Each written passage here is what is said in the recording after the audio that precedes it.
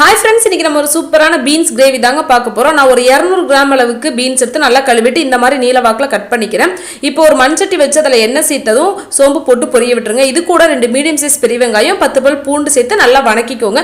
மண்சட்டியில தான் செய்யணும்னு அவசியம் இல்லை, நீங்க பேன்ல கூட செய்யலாம். இப்போ நம்ம கட் பண்ணி வச்சிருக்கோம் இல்லையா பீன்ஸ், அதை இது கூட சேர்த்துட்டு நல்லா எண்ணெயிலேயே வணக்கிடுங்க. இந்த டிஷ்ல என்ன ஸ்பெஷல்னு கேட்டிங்கன்னா நம்ம பால் யூஸ் பண்ணி செய்ய போறோம். இப்போ இந்த பீன்ஸ் நல்லா வதங்கிருச்சு. இது கூட 1/4 ஸ்பூனுக்கு மஞ்சள் தூள், 1/2 ஸ்பூனுக்கு மட்டும் தனி மிளகாத்தூள் சேர்த்துக்கோங்க. தேவையான அளவு உப்பு சேர்த்துட்டு தண்ணி ஒரு 1/2 கப் அளவு ஊற்றிக்கோங்க. மூடி போட்டு லோ ஃப்ளேமில் ஒரு 10 நிமிஷம் வேக விட்டுருங்க. என்னடா பால் எப்படி செய்யுதுன்னு யோசிக்காதீங்க, செஞ்சு பாருங்க, உண்மையாகவே செம்ம டேஸ்ட்டாக இருக்கும்.